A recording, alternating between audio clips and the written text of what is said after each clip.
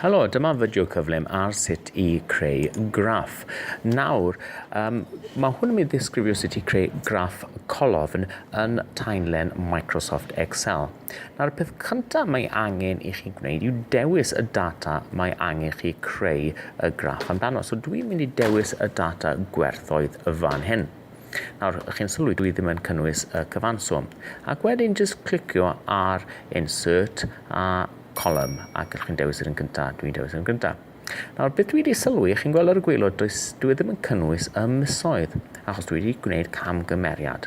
Nawr, y camgymeriad yw, dwi heb dewis gwerthoedd y misoedd a gwerthoedd wedyn yr gwerthiant. So, fi'n cywiro hynny nawr fan hyn, ac wy'n mynd nôl i Insert a dewis column, ac nawr chi'n gweld bod y misoedd mewn gyda ddim problem. Nawr, beth dwi'n mynd i wneud nawr, i chi'n gweld dwi heb cael ei labelu. So dwi yn mynd i gwasgu ar bwtwm ar y top, just i rhoi mewn yr gwerthoedd, a chi'n gweld title, insert title, so yn gwasgu insert title.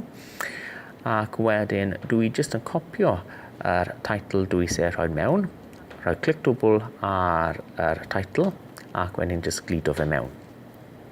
Nawr, beth dwi yn mynd i gwneud wedyn yw just rhoi'r labelu mewn ar yr horizontal ac hefyd ar y vertical, fel maen nhw'n dweud. Ac dwi'n mynd ar eto, ac dwi'n gwasgu nawr yr axis labels, ac dwi'n gwasgu'r horizontal, ac fi'n teipio mewn beth ydy'r label fyna, ac wedyn dwi'n gwneud yr un peth ond nawr tro hyn am y vertical. So wedyn dwi yn rhoi mewn swm ac arwydd am y bint fyna. Nawr, beth mae angen i fi gwneud nawr yw just symud hwnna lawr i waelod ble dwi eisiau fe i ddangos. Ond cyn hynny, ar dde mae gyda ni beth maen nhw'n galw yw legend. Nawr, dwi ddim eisiau'r legend hyn, so fi jyst yn cael gwared o'r legend na.